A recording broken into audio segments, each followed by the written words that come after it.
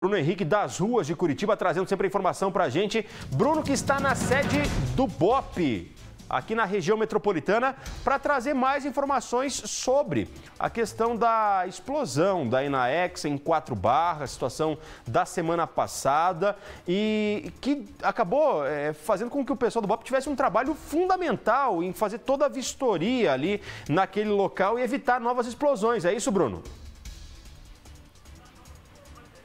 É isso mesmo, viu, Léo? Mais uma vez, uma boa tarde para quem está nos acompanhando. A gente conversa aqui com o capitão Daniel Cardoso. Ele é o comandante aqui do Esquadrão Antibombas, né? O trabalho do BOPE foi um trabalho muito importante e muito preciso lá na Enaex, em 4 Barras, infelizmente na semana passada, onde, infelizmente, morreram 9 pessoas. Estou ao lado aqui do capitão, está aqui o Adriano, está o Marcelo, também está o Facchini, né? São os policiais, alguns oficiais que lá estiveram também. O Laércio, o capitão estava me explicando que esse aqui é um material que acabou sendo detonado. Exatamente, inclusive temos aqui, ó, a marca, o Vanderlei até pode fechar para a gente, ó, da própria fabricante da Enaex. Esse é o material. Aí até eu perguntei para o capitão, pois é, mas a gente falava muito assim, né, no local, mas é banana de dinamite. Não, não é a banana de dinamite que acabou detonando no local. Esse aqui na verdade, como se fosse uma cápsula e, obviamente, o material explosivo é colocado dentro exatamente desses espaços para que depois possa ser utilizado, né, com uma ligação e a detonação, por exemplo, de alguma rocha, onde quer que seja. Capitão, gostaria que o senhor explicasse, até porque nas buscas pelos fragmentos, a gente encontrou muito material desse aqui, né? Essa questão vermelha. Puxa, mas até chegaram a comentar, são fragmentos de corpos? Não. Exatamente, são as cápsulas onde o material é produzido lá na fábrica. É isso mesmo, capitão? Seja bem-vindo aqui ao Boa Tarde, Paraná. Boa tarde, professor. Boa tarde a todos. Na verdade, esse material que está aqui é um invólucro, né? Apenas um invólucro plástico onde o explosivo é colocado dentro. O explosivo dentro desse material é a pentolite, é uma mistura do TNT com a nitropenta, que são outros 2 explosivos. Eles são aquecidos para se transformar numa massa moldável. Essa massa é inserida dentro desses invólucros. O que foi localizado no local, na verdade, não era o explosivo, era apenas o invólucro que estava num depósito para posterior preenchimento com explosivo. Tá, para deixar claro, então é o seguinte, naquela planta onde aconteceu a explosão, o material é esse aqui, tá? E aí, dentro desses compartimentos plásticos, vem os explosivos, é isso, capitão? Exatamente. Então, tem esse invólucro na planta, né, que é preenchido com aquele explosivo, a pentolite, que é a soma do TNT com a nitropenta. Então, esse material aqui que está no estado sólido em temperatura ambiente, ele é aquecido, ele se torna moldável para ser inserido dentro desses invólucros plásticos aqui. Então, esse é o procedimento. Então, naquela fábrica, simplesmente, eles misturavam explosivos, aqueciam para ele se tornar moldável e colocar dentro desses invólucros plásticos. Tá, para quem está nos assistindo, uma explicação aqui muito mais simples para deixar claro. Esse aqui é o invólucro, aí você coloca a pentolite, que é essa aqui, Vanderlei. Você pode fechar para a gente aqui, ó, tá? Só para deixar fácil para quem está nos assistindo. Essa aqui é a pentolite. Exatamente. Que é uma forma sólida da pentolite, né? Em temperatura ambiente, ela é sólida. Tá. Né? Então, ela é aquecida justamente para ficar moldável para ser inserida aqui dentro desse material. Ok. Isso aqui, por exemplo, é aquecido e coloca dentro desse compartimento. Exatamente. Tá. Se eu aquecer essa pentolite e colocar aqui dentro, vira um explosivo de alto impacto. Na verdade, a pentolite ela tem a mesma composição, né? Ela é aquecida ou não. Então, a capacidade dela explosiva é a mesma. O fato de ela ser aquecida, ela simplesmente fica um pouco mais sensível. Mais sensível. Exatamente. Então, ela é aquecida para se tornar moldável, ela fica um pouco mais sensível, então tem um limite de aquecimento que eu posso aquecê-la, né? E para poder fazer essa moldagem e inserção dentro desses potes. Tá, mas agora todo mundo está fazendo essa pergunta, ô capitão.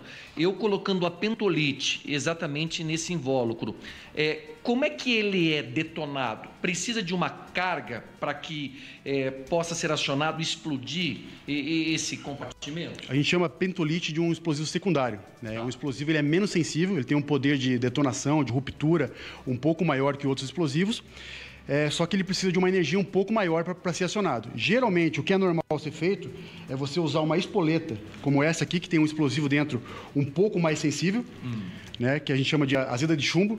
Então, ele é bem mais sensível, ela aciona, detona, e, consequentemente, por uma reação em cadeia, ela detona a pentolite que está dentro do booster aqui. Tá. Lá no local, nessa planta, em 4 barras, estava também, por exemplo, Isso aqui é um detonador. Detonador? É um Brinell. Isso. Ele estava, por exemplo, chegou isso até vocês? Ou... Na verdade, uma questão de segurança, uma medida de segurança da própria fábrica e exigência do Exército é que os componentes diferentes, principalmente explosivo primário e secundário, eles estejam em plantas, em fábricas distintas, né? Inclusive, as plantas elas são entrincheiradas. Existem barrancos, a próprio terreno ali é usado para fazer uma espécie de barreira para não se conectar plantas diferentes com explosivos diferentes, para evitar uma detonação em série das plantas da fábrica. Tá, mas então assim, se a gente tem a pentolite, que é colocada nesse invólucro, se a gente não tem o detonador no espaço, como é que explode uma planta com uma alta detonação, com um grande poder de fogo que a gente viu, onde infelizmente 9 pessoas morreram sem qualquer chance de defesa, hein, capitão? A gente vai ter que fazer uma análise mais aprofundada, buscar as informações do local, do dia, né? Mas um explosivo ele pode ser acionado por calor, por fricção, por uma corrente elétrica que passe por ele. Uma faísca. Exatamente. Então depende da estabilidade química, da forma que ele está no momento, ele pode ser acionado de várias formas diferentes, né? Tá. Aí vocês são acionados exatamente no dia que aconteceu a explosão.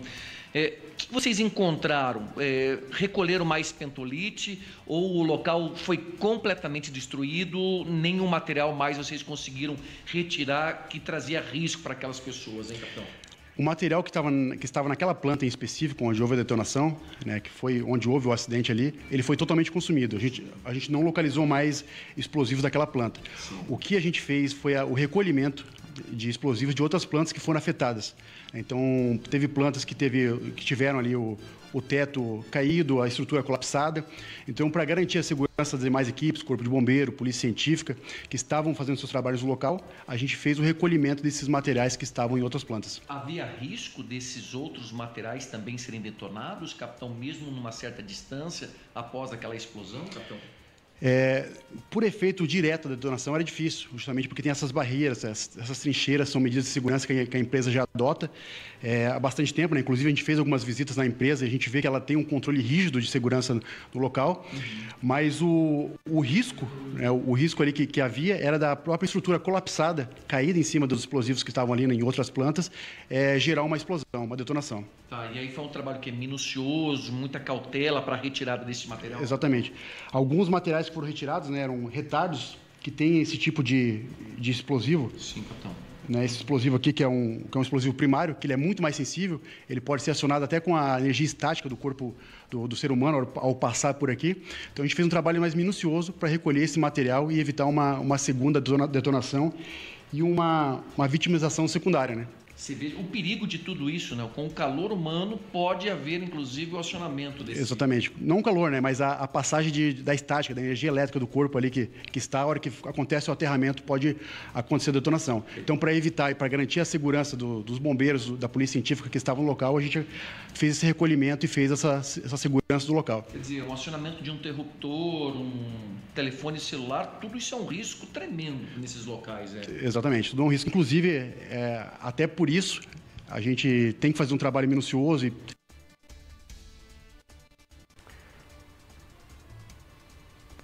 A gente perdeu o sinal com o Bruno. O Bruno está aqui na região metropolitana, na sede do BOP, trazendo as informações, retornando já o sinal com o Bruno aqui. Bruno, pode continuar. Essas instalações, então toda essa medida de controle aí é tomada. Tá bom. Laércio, acho que a gente teve uma perda de sinal, a gente retornou, acho que é isso, né, Laércio? Exatamente aqui do Esquadrão Antibombas, pessoal do BOP. Só me dá um sinal de positivo, exatamente porque parece que houve uma perda de sinal. Sim, Val. Mas estamos ao vivo, sim, Bruno. Por aqui, viu, Laércio? Exatamente com o capitão, já no finalzinho, já estava praticamente agradecendo ele aqui pelo que aconteceu, viu, Laércio?